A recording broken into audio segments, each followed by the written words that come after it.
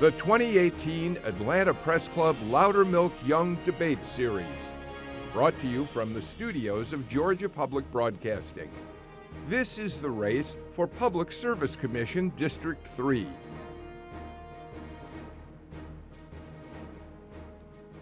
Welcome. I'm Ricky Bevington, senior anchor and correspondent, as well as the local host of All Things Considered at Georgia Public Broadcasting. You are watching the Atlanta Press Club Loudermilk Young Debate Series, originating from the studios of Georgia Public Broadcasting in Atlanta. This is the runoff debate among candidates for Public Service Commission District 3.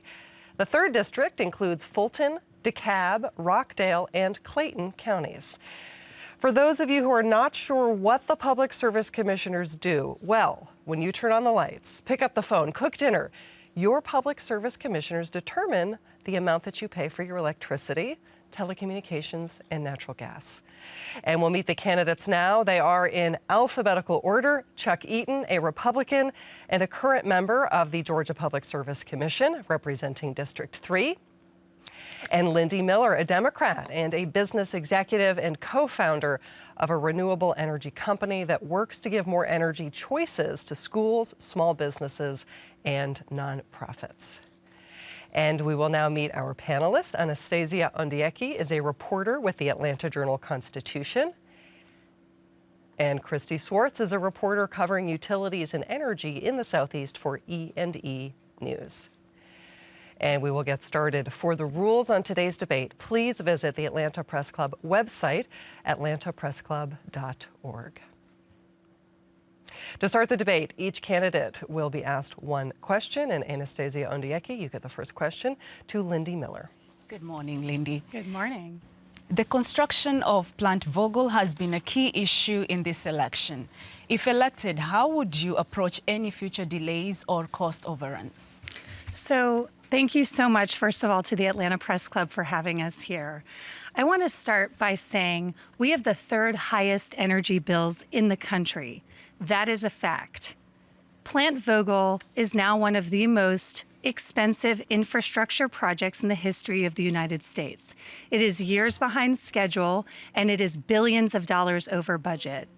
Under the leadership of my opponent, he has failed to put in place any meaningful incentives to finish the project on time and on budget. Now, the very folks who are profiting from this project have invested $750,000 into our state at the last minute in an attempt to buy the election. If elected, I will stand up and ask tough questions and make sure that consumers do not pay for costly mistakes. Thank you, Lindy Miller. Christy Swartz, please ask a question to Chuck Eaton. Good morning. If Georgia Power came to you with a proposal for a full-service electric vehicle program, and I'm talking about charging stations, marketing, education, things like that, would you support that? And would you allow Georgia Power to ask for cost recovery on all of those elements? Yeah, that's a great question. I've actually driven an electric car for 7 years now. And so I believe in the technology, believe in what it's doing. The idea of, I think what you're asking is, of course, putting the, whether Georgia Power does it on their own, of course, is their own prerogative, but the question of whether we put it into rate base, that sort of trial balloon was floated a couple years ago. I was personally not very keen on having other ratepayers pay for these charging stations and other folks' incentives through electric cars, keeping in mind I'm an electric car driver. And so at this juncture, I would not be supportive of putting any sort of that added expense into our rate base when it comes to expanding the charging car network. Thank you both. That concludes the first portion of this debate. The candidates will now ask a question to their opponent. And here's how it works. Each candidate will have 30 seconds to ask a question, 60 seconds to respond, and then 30 seconds for a rebuttal. 30, 60, 30. And by random selection, Chuck Eaton, you have the first question. Okay.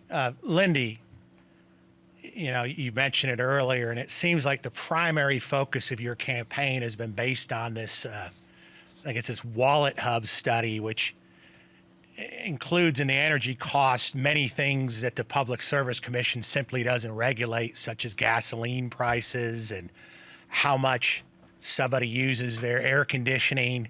And so, while I want to give you the benefit of the doubt, I mean, you do understand that the Public Service Commission does not regulate gasoline prices or how much people use their air conditioning. Don't you? What is your question? Do you understand that we don't regulate those items? Thank you for the question, Chuck. I am very, very familiar with what the Public Service Commission regulates. We now have, as the Wallet Hub study has shown, the third highest bills in the country. We can talk simply about electricity bills that families across Georgia have. We have the fourth highest electricity bills in the country. Now, we can say you can hide behind distractions like you can't control the weather, you can't control gas prices, but there are a lot of things that the Public Service Commission can do. For example, we could be investing in energy efficiency, a resource that states around this country have invested in well beyond what we've done. We are 35th in the country in terms of investing in making our homes and businesses more energy efficient, which would bring down our bills and reduce our air conditioning requirements. We're not the only state with cold winters and hot summers. As well, we could invest in electric vehicle charging infrastructure and reduce the burden that gasoline costs have on our families. 5 seconds. Thank you very much. And a 30-second rebuttal. Yeah, I think the problem is, even from that you don't really know what goes on at the Public Service Commission. I mean, this Wallet Hub study cites gasoline prices and electric usage. And the majority of the southeastern states use quite a bit of electricity. It's a hot, humid climate to live in. As far as energy efficiency, we have been investing in energy efficiency. We spend $50 to $60 million a year authorized by the Public Service Commission to invest in energy efficiency. 5 seconds. Thank you so much. Lindy Miller, you may ask a question. Thank you so much. My question for Chuck is this. You have had 12 years on the commission. In that time, you've added nearly $30 to the average family's monthly electric bill. That is over $300 a year. And our energy bills are the third highest in the country. Yesterday, we learned that an outside group funded by big utilities and the nuclear industry has pumped $750,000 into getting you reelected. You may claim ignorance of knowing that this was going on. So my question is why? Why do you think they want you reelected so badly? I think it's true hypocrisy here that, the only third-party group that supported candidates in the general election supported my opponent. So there was third-party play in there. Of course, I've been outspent greatly in this election, so to complain about it now at this juncture just seems to be the height of hypocrisy. I've worked with Governor Deal to create 750,000 new jobs. Our electric rates are below the national average. The average bill has not gone up one dime in 7 years. And so, again, we live in a very hot and humid climate. I can't control the fact that people like to use their air conditioners, and I wouldn't propose to do that. I would be concerned about somebody who is so focused on usage that at some point they may want to place their hand on your air conditioner and decide what setting you can put it at. I believe people should use their air conditioning as much as they'd like. Thank you. A 30 seconds rebuttal. So as far as I understand it, the Conservatives for Energy Freedom in the general election that you're referring to, Chuck, was a group of conservatives who don't like the big government tax and spend republicanism that they see currently at the commission. They're mad at how irresponsible you've been with our money. I think that the $750,000 that was dumped into Georgia this week was dumped because they want you reelected because you won't stand up and ask tough questions on behalf of Georgia consumers. They know what they're getting after 12 years, and so do we. The third highest bills in the country. Thank you both very much. That concludes the second round. For those just joining us, this is the runoff debate between candidates for Public Service Commission District 3. And we will now go back to our panel to ask questions to the candidate of her choice until we run out of time. And as a point of moderator privilege, I may also ask questions of the candidates. I will determine when a rebuttal is appropriate. We have a very capable panel, and I look forward to hearing your questions, ladies. Anastasia Ondieki, you get the first question. So my question will be to Chuck Eaton. There is talk on the solar front about whether states should mandate power companies to get a percentage of their power from solar. What should the PSC do to help consumers have a cost-effective way to install solar on their rooftops? Well, Georgia's the 10th most solar state in the country now. So we've put in place some incredible programs, and we did it in a very rational and business-like manner, which didn't put any upward pressure on our rates. And we've done a combination of utility scale and small scale solar. The utility scale solar has come in incredibly competitive. This is where we're putting in solar down in South Georgia and on many farms. I think that it's a bigger hurdle when it comes to the smaller scale distributive solar that you speak of. It's a harder argument to make when it comes to putting upward pressure on the rates. We have done some of it, but we have to be cautious. We don't want it to be a situation where, residents that don't have solar are subsidizing other people with solar. So, we've managed to keep this without putting upward pressure on the rates, and I want to continue to do that. Thank you very much. Christy Swartz. This question is for Ms. Miller, and I'm actually going to riff off of that and talk about the cost-shifting argument, which, for those who aren't familiar, that's the argument that the people who don't have solar wind up subsidizing the ones who do. And so I'm curious how you're going to make all sorts of different renewable energy options available to low-income families, people on fixed incomes, and renters who typically have tougher time finding access to cheaper energy sources. Absolutely. Well, the challenge that we have today in Georgia, of course, as I've mentioned before, is that we have the third highest bills in the country. And there are several ways that we could reduce the costs and the burdens on families. Atlanta currently has the fourth highest energy burden of anywhere in the United States, meaning people pay more to meet their energy needs than anywhere else. If we invest in energy efficiency programs to make our homes more energy efficient, we will bring down our bills. Also, Georgia's energy, only 1% of our energy is generated with solar. We could be doing so much more. And our current commission and my opponent over 12 years has done far too little to create the incentives in this state to expand our solar. We could expedite the READY program, doing more utility scale solar than just 1%. We could be allowing for community solar programs, which would expand the reach and accessibility for all communities in Georgia to access this advanced energy economy coming at us like a train. Time. Thank you so much. Anastasia. So this question will be to Lindy Miller. A newly released federal government report shows that the implications climate change could have on our economy. How should the PSC deal with concerns about the economic cost of climate change as it plans new sources of power in the state? Thank you so much, Anastasia.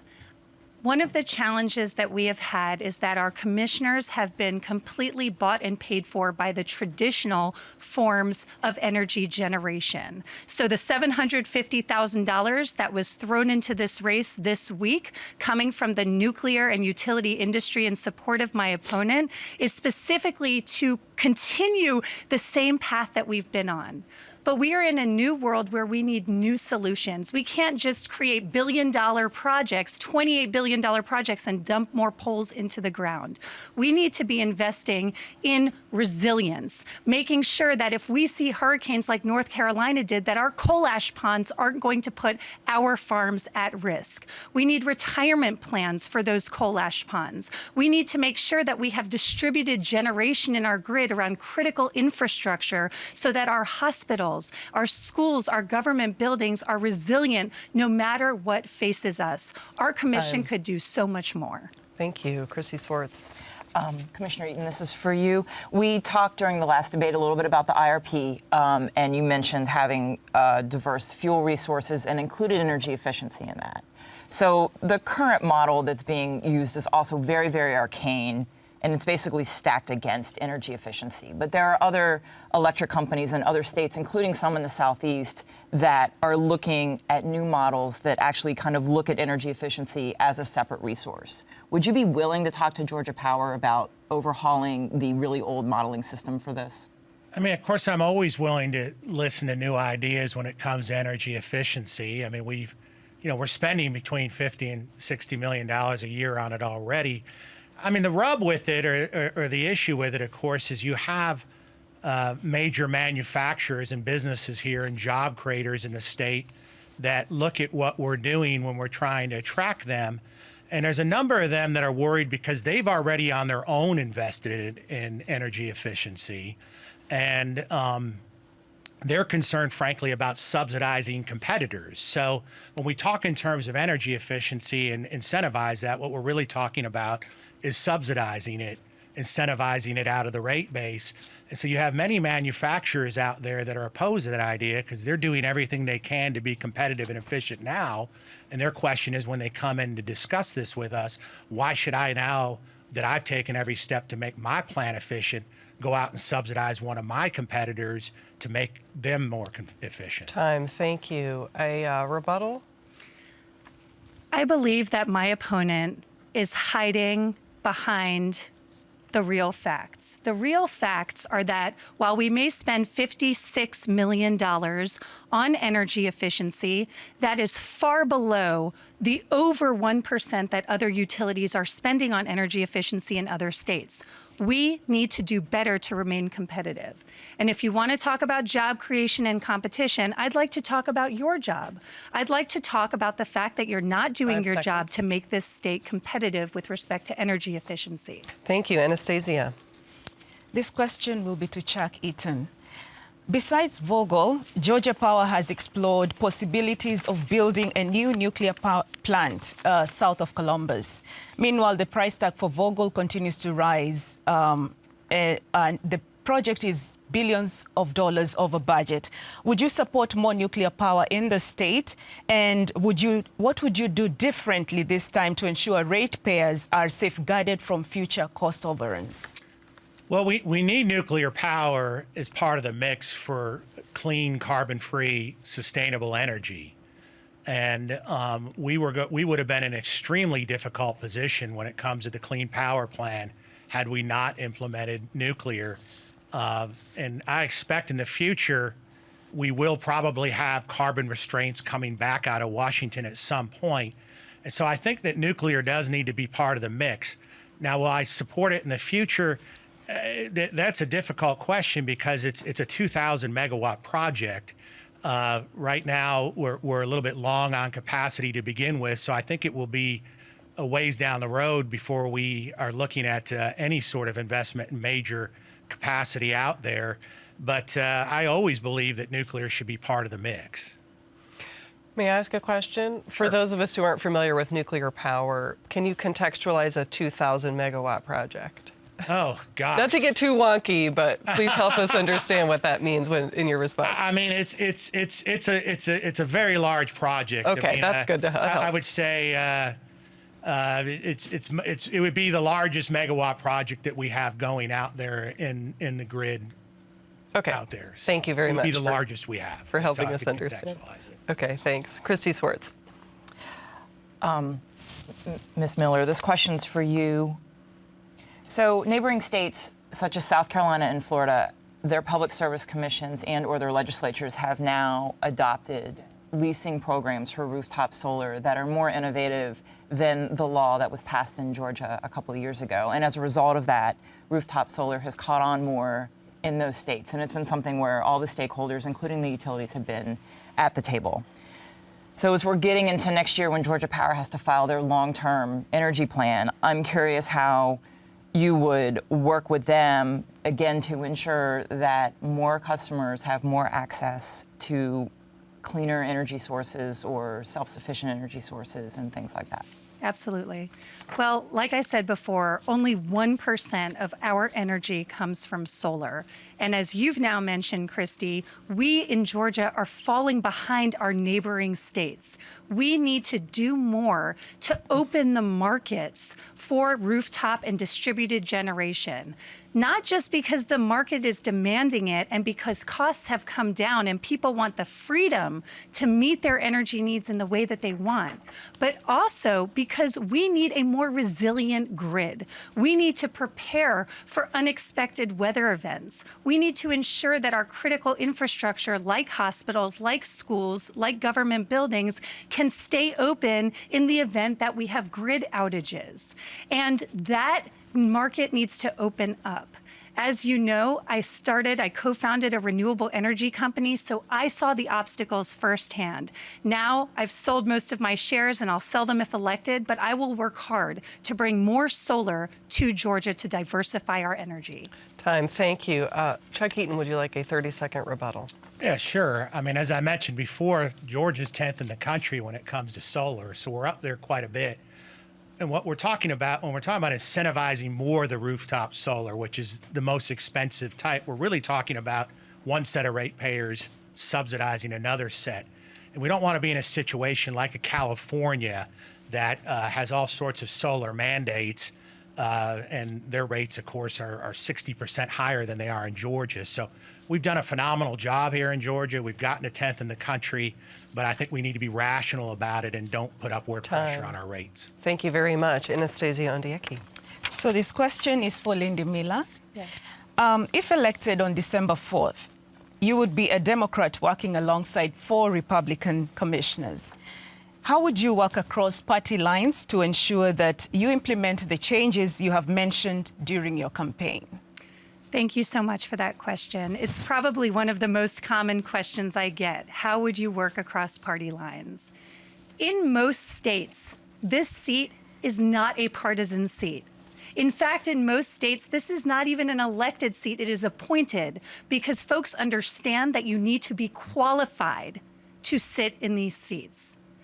I have found in my long business career of over 15 years that you don't have the luxury not to work with people when you can find consensus because you might disagree on other things. I am a Democrat running as a Democrat, but this seat is about kitchen table issues, and I know that I will find many areas of common ground to advance the interests of consumers and this state. Before we wrap up, Chuck Eaton, would you like a 30-second rebuttal? Well, sure. I mean, I'm the very first time the commission had an opportunity to elect its chairman in 20 years, I was elected the chairman. And I was elected that until I was term limited out. So I'm a consensus builder. I work very well with my colleagues. I have an extensive business background. I have an accounting degree and also a law degree. Many of these issues we work on are very financial based and legal based. And I believe I bring a wealth of experience and have shown that I play nicely with others. So. Okay, thank you both. And that is all the time we have for questions. Each candidate now has 60 seconds for a closing statement. Chuck Eaton, you get the first closing statement. Sure. I'm a husband, a father, and a foster parent. And my family's invested in this state. I worked to create 750,000 jobs with Governor Nathan Deal. And I want to continue working with my good friend Governor-elect Brian Kemp, doing everything we can do to ensure prosperity in our state. I'm honored to have the support of labor, business, and Georgians all over the state. I mean, think about that. That's unheard of, to have the support of labor and business and Georgians across the state. And what they all have in common is they want to continue this prosperity here in Georgia. And they know that I'm the person for that job. I want to continue my role as the consumer watchdog on the commission. And I will continue to fight for competitive rates and make sure that we're below the national average. So my name is Chuck Eaton, and I'm asking you for your vote December 4th. Thank you. Thank you. Lindy Miller, closing statement. Georgia families now pay the third highest bills in the country. We do not have a watchdog on the commission, as my opponent claims. Rather, my opponent is listening to the special interests who write them checks, not the people who pay the bills. Yesterday, we learned that an outside group poured $750,000 into getting my opponent reelected. Now, what we're seeing is an attempt to buy an election in Georgia. It's shocking. But I'm not surprised. See, my opponent's already taken over 300 grand from special interests. And when their projects go over budget, he raises our bills to cover their mistakes. But we are fighting back. Our campaign is powered by people. Thousands of Georgians, school bus drivers and nurses and veterans and small business owners have put their hard-earned money and precious time into this vision. After 12 years, it is time for new leadership that puts people over profits. That's why our supporters say, chuck him out. It's Miller time. Thank you both. That concludes our debate. We would like to remind voters that Election Day is Tuesday, December 4th, and early voting is already underway. Please visit your county elections office to determine the early voting locations and times in your area. Our thanks to the candidates and to the panel of journalists. I would also like to thank the Atlanta Press Club and Georgia Public Broadcasting for arranging today's debate.